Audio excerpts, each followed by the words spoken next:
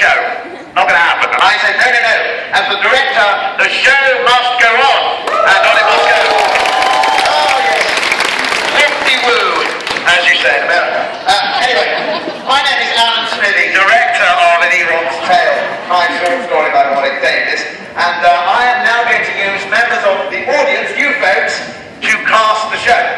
Okay, we've got long. We've done under 10 minutes now to showtime, so we're going to have to rattle through this. But I do have a few casting specifics to go through with you before we begin. Okay, so if you put your hand up, don't be shy. You will be on stage for the entire duration of the performance. You will have to read from a script in English, and you will not be afraid of speaking to a microphone. Okay, so don't raise your hand if you can't do any of those things. Okay? Look at you raising your hand. You don't know what I'm going to ask you yet. Anyway, here we go. So first of all, I need a lady. A lady. Okay? There's a man with his hand up here. Very odd. A lady who likes lavender, floral clapping, that sort of thing. Let's have a look for a lady coming out through here. Lots of people pointing at other people. Yes, I know that is a lady. Well done. Good. Let's have an older lady. Any older ladies? She doesn't look happy. She doesn't want to volunteer. Okay, let's see. Somebody, a lady. Can't see the perfect lady for this. I mean, I'm desperate. Yes, come on, you. You'll do. You'll do. Come on. Cast number 1, ladies and gentlemen. A lady. Off you go. Stand over there on the right line with my casting assistant. Okay. On to number 2. I need a chap now. Yeah. Need a fellow. Somebody who likes science fiction. Oh yeah. Somebody with a fondness for plaid shirts. Who do we have here? Who have we got? Put your hands up, fellas. That's it. What about you? What about you, sir? Come on over. Yes, that's it. Good. Class number 2. Okay, remember this number. Very important. Number 2. There he is. Okay. Moving on, next up, I need another lady. Another lady. Let's have a look here. Some ladies. Yes, yes. Are you volunteering there? Yes. Let's have a look here. Let's see here. Let's have that lady there. Princess Leia lady. Okay. You are past number 3. Okay, 3. Remember that. Very good. Moving on to number 4. Just need a bog standard ordinary lady. Somebody who thinks they're ordinary. Very nondescript, a sort of bland lady. That's all I need for this. Would you like, do you consider yourself bland? Bland? Yes, she does. Okay, come on up.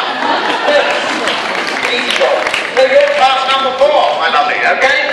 Class number 4. Are you right there, darlings? Super, super. Okay, moving on. Next person. We need, this is a chap here, somebody who's politically challenged, perhaps. Gentleman, who have we got here? Let's have a look. There, he's got a hair there. What about this chap down here? Yes, go on, sorry, you go on here.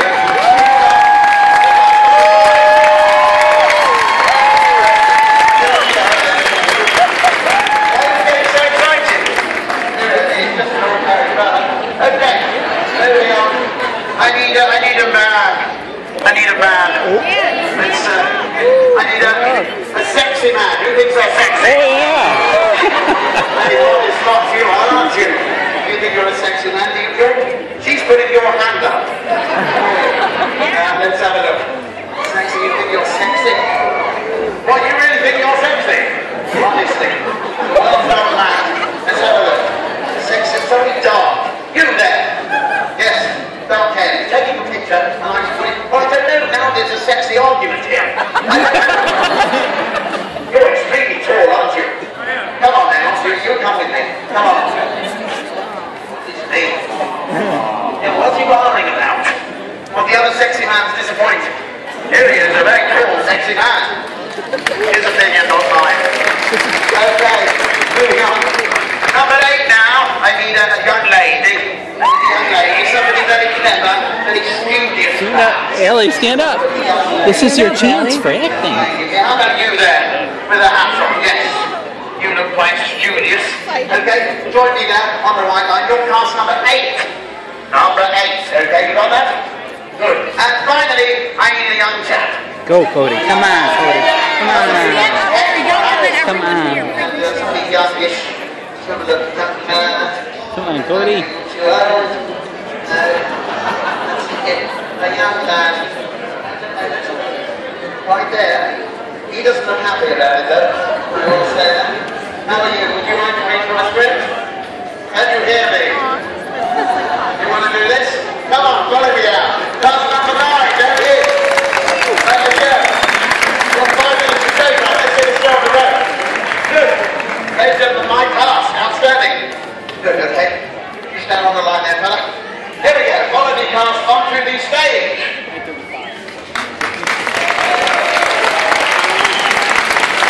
Okay, brilliant. Curtains, please. Curtains. Good. Right. This is the stage. Can you hear me? Good. Okay. Right. You'll see chairs here. Class number 1 starts in the front row. Number 2, number 3 and 4. Number 5 to the last position on the back row, and so on and so forth. It's all very simple and straightforward. I think I need this anymore. Right. Okay, class. On the chairs, you will see various props, costumes, and also your scripts. Pop the costumes on, the wigs, etc., and familiarise yourself with your lines. Okay. Right, now I'm going to give you your motivation and direction. Okay, so class number 1, join me at the microphone, please. Good. Now pay attention, everyone. If you need to adjust the microphone to your desired height, you simply squeeze and drop or raise. In your case, sexy man. Okay, just like that. Okay, so class number 1, you are to play Warwick's grandmother. And just as a side note, love, you've got your wig on backwards. Yes. Yeah, I've never seen my grandmother, Warwick's grandmother, with her bun at the front. So, good, it is. Excellent. Nice and close to the microphone. I'm going to give you a line to say. Say, oh, Warwick, you're my favourite grandson. Here's 10 pence for some sweeties. Oh, Warwick, you're my favourite grandson. Here's 10 pence for some sweeties. Wow, let's hear it for Warwick's grandmother. Thank you. Class number 2, join me at the microphone. My word, what a sight. Okay, you, sir, are to be playing the genius behind Star Wars, Mr. George Lucas. Okay, a line for you, sir. Faster and more intense. Faster and more intense. Very good, sir. George Lucas, ladies and gentlemen. Okay, number 3, join me at the microphones. Marvellous, here she is. You are going to be playing Warwick's mum. Yay! That's what she says. Okay. Oh, I don't know how I know that, actually. Anyway, moving on. I'd like you to say, oh, Warwick, I hope you've got clean underwear on.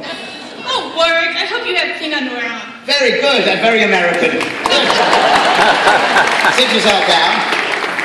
Do work on those voices, I'd like these authentic. Join me at the microphone, class number 4. You are to play a lady called Patricia Carr, who was very important in Warwick's career, as you will see. I would like you to say, hello, this is the Return of the Jedi production office.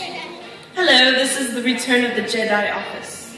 Very good, not bad. That's not exactly what I said, but yes. But you can read, can't you? No, it doesn't say that. I just checked it. Very good. Patricia Carr, ladies and gentlemen. Marvellous job. Okay, class number 5, please join me at the microphones. There we are, that's you. Oh yeah, woo-woo. I'm nervous. I'm remarkably short, aren't you? Yes. Okay, so now, you sir, are to play Mr. Ron Howard. Okay, so as I said to the others, we're working on their voices. Give you some lines. Let's have action, cut, terrific. Okay, action, cut, terrific. Print, Collins. Okay. We need to work on the voice a little bit. I'm not quite hearing it. Can you say, hey Fonzie, it's Richie? Hey Fonzie, it's Richie. Yeah, not bad. All right, we haven't got much time. Off we go. Good luck. Good. Join me, Mr. Sexy, please. This is Mr. Sexy, and class number 6. My word. Ooh, it only just goes high enough. Okay, I I'd like you to say, you're going to be playing Mr. Val Kilmer. Okay? So, I'd like you to say, in a very sexy way, I'm Batman. I'm Batman. Odd. Right, sit down. Come on, we've got 2 minutes to go. That's it. That's it. Join me here. You'll need to lower that, love. I can't even reach it. That's it. Good. You are to be playing the very studious, clever student Hermione Granger. Okay? I would like you to say, oh, Professor, please give me some more homework. Oh, Professor, please give me some more homework. That's very good indeed. Pass. Hermione Granger, sit down. And finally, the young chap on the end, you join me over here. You, sir, will have to lower the microphone a little. Were you paying attention? If so, squeeze. Oh, you do it like that. Okay. The fabric we have here. Okay. So it's a very odd combo you've got going on there, isn't it? Sort of a bit of, what is that under there? Grievous mixed with a wizard. Yes. Okay, so you are playing Ron Weasley. Okay. I'd like you to say, and you do have permission to swear, bloody hell, I've lost Scabbers. It's something that Ron says in the movie. You go, oh, bloody hell, I've lost Scabbers. Action. Oh, bloody hell, I've lost Scabbers. Good work, sir. Let's hear it for Ron Weasley. Okay. Right, cast. During the show, I'll be in the wings to support you and give you some direction from over here, so keep a listen out for me, and also Warwick will give you a hand along the way as well.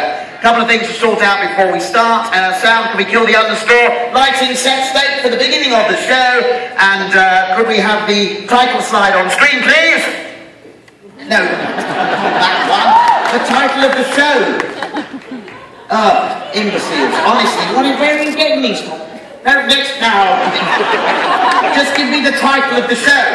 And Ewoks. Yes, that's the one. Okay, good. One more thing before we begin. Warwick does demand a huge reaction when he comes onto stage. So I'd like to see all of you on your feet, clear and cheering and clapping and shouting and whoop-de-doing. And although I will say, call me old-fashioned, I do draw the line at the throwing of undergarments and small children. So none of that, please. All right, stand by, table team, and cue Warwick's intro VT. He defeated the Empire as Wicket the Evil. He destroyed the evil Queen Bavmorda as Willow. He danced with David Bowie as a goblin. He taught Harry Potter to be a wizard as Flitwick. And then he shut him in a vault as Grim. He depressed a galaxy as Marvin. He did some Elvis as the Leprechaun. Never much. He wore a big beard as Knickerbrick. He danced a jig for Johnny Depp. He travelled abroad. And he stood in a bin with a face for Ricky Gervais. He's 3 feet 6 inches tall, wears UK size 4 shoes, and has blue-green eyes. He has 3 employees, has his own app, and has already written his autobiography. He could have been in Lord of the Rings, Game of Thrones, and Iron Man. But he wasn't. Instead, he's here now. Ladies and gentlemen, please welcome your host and his disproportionately large ego, Mr. Warwick Davis!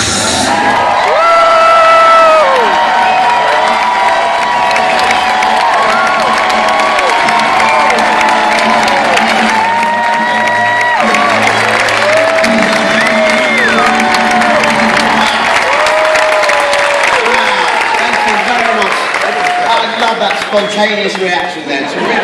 Thank you so much indeed. It's an absolute pleasure to be here today, especially being at Star Wars weekend once again. Are you having a good time? Yeah! Fantastic indeed, and it's my pleasure to bring to you today the debut of my show here at Star Wars Weekends, an Ewok to Tell My Short Story by me, Warwick Davis. And my cast is here, that's great. Alan tells me they're the best actors in town, so I'm expecting great things from you guys, looking forward to working with you. You're ready to hear my story? Fantastic. So if you're sitting comfortably, then I shall begin. A long time ago, in a galaxy, country far, far away, England, there lived a little boy called Warwick. That's the right reaction. Now, not only was this little boy, me, extremely cute and clever, I was also unique in the fact that I was a dwarf. Yeah. Very funny, very funny. Whoa! Stop this. Stop, Alan! Stop the video. Alan, what are you doing? That's too high, damn it. Now bring it to lower. Not that low, same height as me. What are you playing at, Alan? Oops, sorry. I was simply trying to liven the show up a little. Yes. I mean, let's face it, your early life story is a little, well, how should we put it, boring.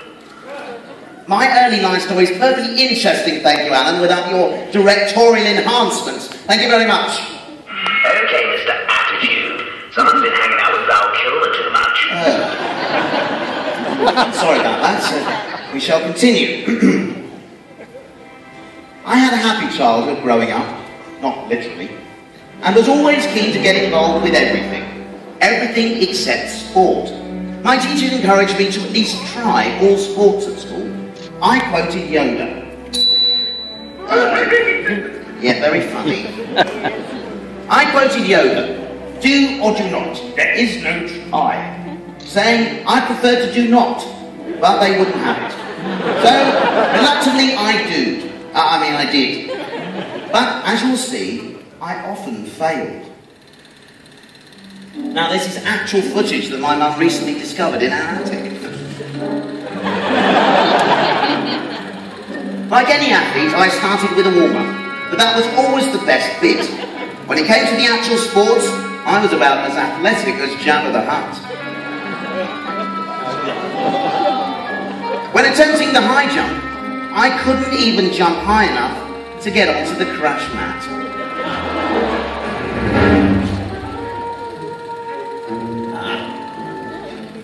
My run-up to the long jump was textbook, if not a little long.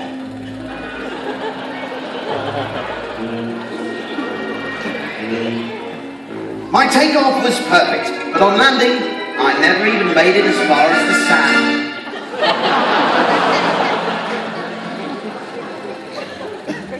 Next, I tried that most English of sports, cricket.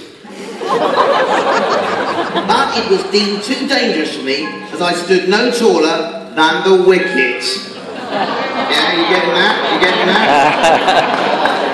All right, what do you expect? It's free, isn't it?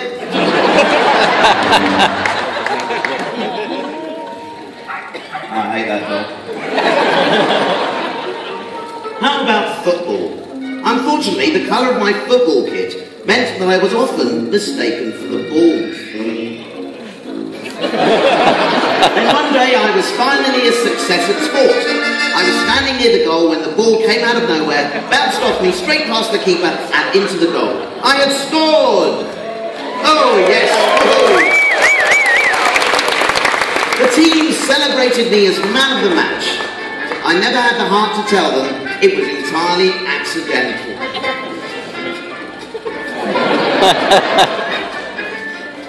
The end.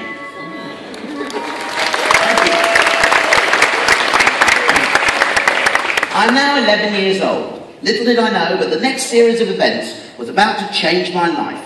At that age, I was unsure of what path my life would take. There comes a time in every man's life when he must go out into the world to seek his fame and fortune.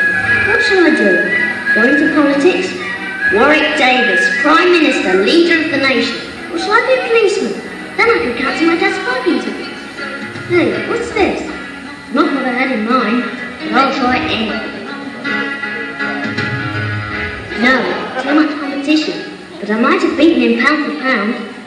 Now what do they say? Grass is always greener on the other side of the street. That doesn't make sense. Ah, this looks more interesting.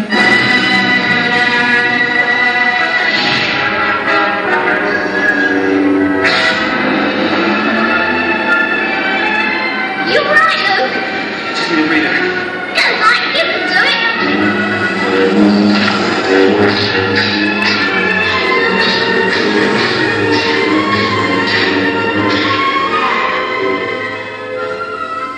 That's for me. I want to be in the movie. So I decided what I wanted to do, but next I needed an agent. Who are you? And what do you want? I'm Warwick and I want a job. What can you do? I can play small parts. Well, the only thing I've got at the moment is the latest Star Wars film, The Revenge of the Jedi. The studio sent some costumes over. You can have a look in that box, see if anything fits. You think you could handle a part? Oh no! I want to play a good guy. I've got it. An Ewok. You can play an Ewok. An Ewok? What's an Ewok? I've no idea, but the money's good and I'll get 10%. Look, take that other box and get off to EMIL Street. Come on, hop it. Thank you very much. So I was cast as an Ewok. I immediately put on the costume, which happened to fit perfectly, and headed to Elstree Studios in London for my first day's filming.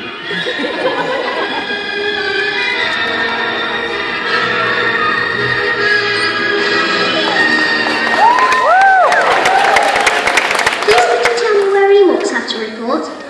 What's an Ewok? I don't know, but it cost me 10%. Come on, we'll ask Mark.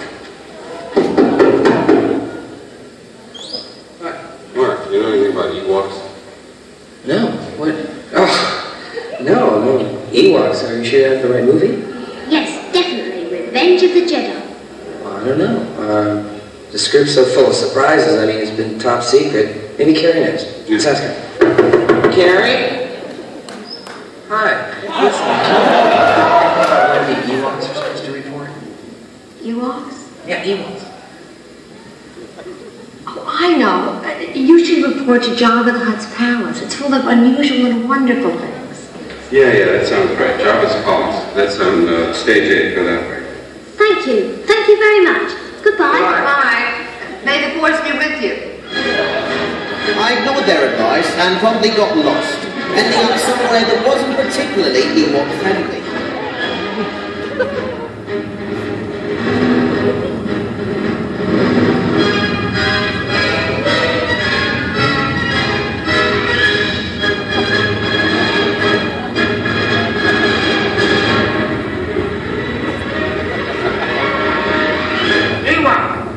Boba Fett.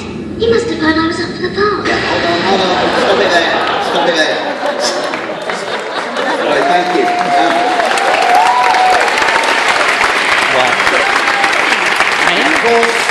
Of course, that wasn't really how it happened, but that was actually my interpretation of events in a short film I made called Return of the Ewok.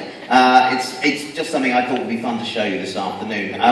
This next moment is the event that really changed my life, my sliding doors moment, if you like. Right, cast numbers 1, Warwick's grandmother, 2, George Lucas, and 3, Warwick's mum, Eura. And remember, give me passion. Yeah, thanks, Alan, thank you. Okay, so if you want to raise the microphone just a touch there, nice and close so we can all hear you. Okay, and stand by. Here we go. Okay. I don't even know where I am now. I've completely lost my place. Okay, good. Grandmother, could you just tune the radio for us, please? That's in front of you there. Yeah, that's a radio. Yeah. Good, that's it. Now you know what you're doing. Oh my God. Okay. Action. My grandmother was in her kitchen listening to the radio. She was dancing. And she was singing along. She was a useless singer. Suddenly, the broadcast was interrupted with a special announcement. Interrupt this broadcast to bring you a very special announcement. See, I told you. Hi, this is George Lucas, the genius behind Star Wars. I'm making the third part of my trilogy, which is in fact episode 6. I know it's confusing, but I started in episode 4 because the first part of the story is boring and wouldn't make good films.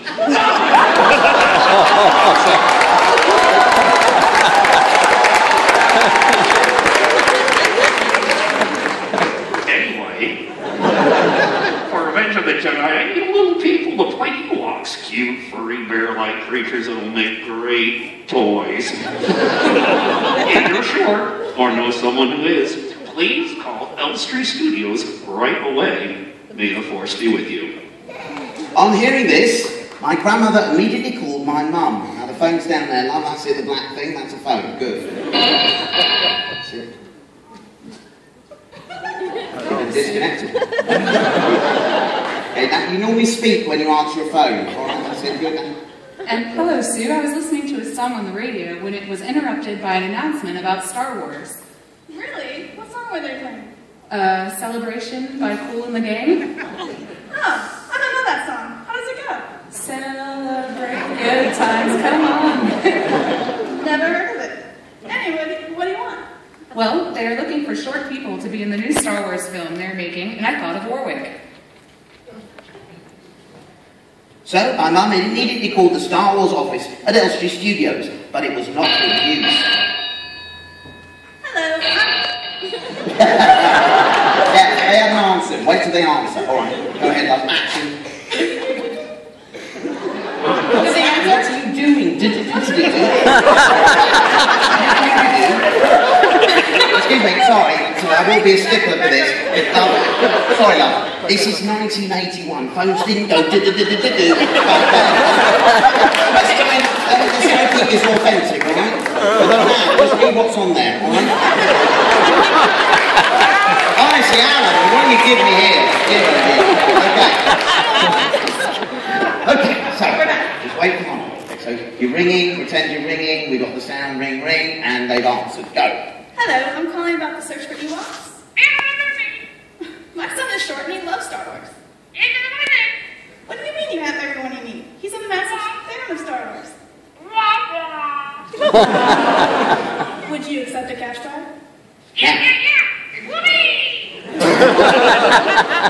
Yes, they employed patrons of the Star Wars Cantina at the production office, obviously. Whether they accepted the cash bribe is unknown, but nonetheless, I was invited to Elstree Studios, where I met with a production assistant, Patricia Carr.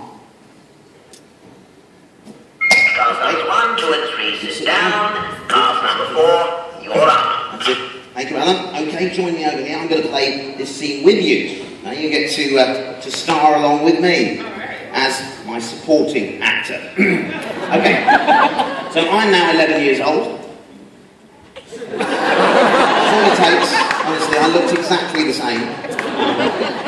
Okay, are you ready? Nice and close to the microphone. And action. Hello, I'm Patricia. You must be Warwick. Yes, I am. Do you want to play an Ewok? What's an Ewok? Ewoks are cute, furry, bear-like creatures that will make great toys. Go down to costume department and get measured up. Woohoo! Yippee!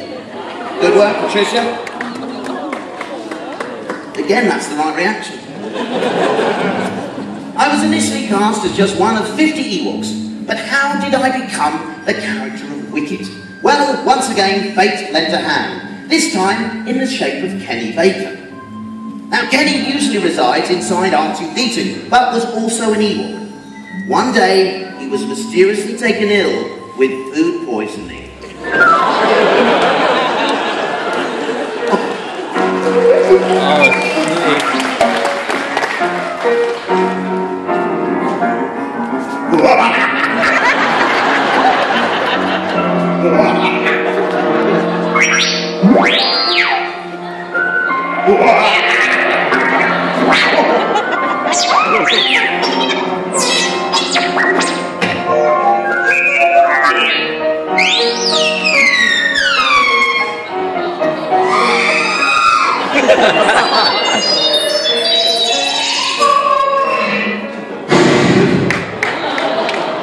Oh dear. And as a result of Kenny's illness, I was called in to replace him for a very important scene with Carrie Fisher, which is the first time we see an Ewok in Return of the Jedi. From this moment on, I was known as Wicket W. Warwick. Cut it out!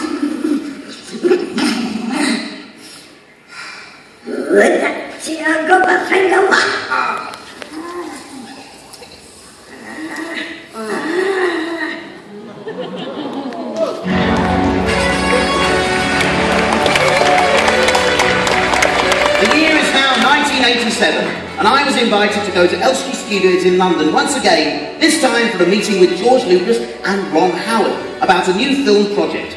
A project that George had originally mentioned while chatting to my mum way back in 1983. Okay, this next moment is a flashback. Yes. Set lighting state, standby music, cast numbers 2, George Lucas, and 3, Warwick's mum. You're up. Okay, guys, thank you very much. That's it.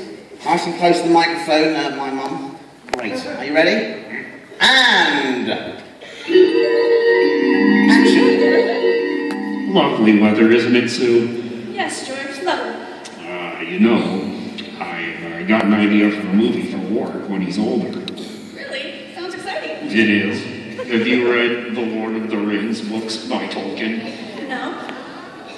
Well, it's a good story, but it wouldn't make a very good film. So I've come up with my own version instead. It's called Willow, Willow, Willow. So there I was at 17 years old, back at Elstree Studios, face to face with George Lucas and Ron Howard, as they told me all about Willow, Willow, Willow. Ah, that's nice, thank you. Okay. Right, cast numbers 2, George Lucas, and 5, Ron Howard. It's your turn. Okay, guys, I'm going to play this thing with you. You might want to lower that microphone, that's it, good. What is your name, incidentally? Bob. Bob. Okay, ready, guys, standing by. I'm going to play this one with you. And action! Warwick, this is Ron Howard. Hi, Warwick. Have you seen Happy Days? Oh, yeah. I love the Fonz, I really do. He's so cool, isn't he? Hey, sit on it. Yeah, well, I wasn't him, I was Richie Cunningham. Oh yeah, but the Fonz is the one everyone loves, isn't he? He's just so cool, isn't he? Warwick, Ron is directing my next movie, Willow. We're thinking of casting you as the lead. Oh, great. I'm not so sure now, George. Okay, Ron, you're the director. Warwick, you will need to audition to win the part for yourself, even though I wrote it with you in mind. Terrific. So I had to go through a grueling series of auditions, finishing with one final audition in LA. I was to read in the part of Willow, while other actors came in to read for Mad Martigan, amongst them Mr. Val Kilmer. For this, we used a very early draft of the screenplay. Okay, cast numbers 2, 5, and 6, it's your turn. Remember number 6? You're Val Kilmer, so act cool and sexy. Stand by. Action! Okay, so here we go. So this is the audition that happened way back in 1987.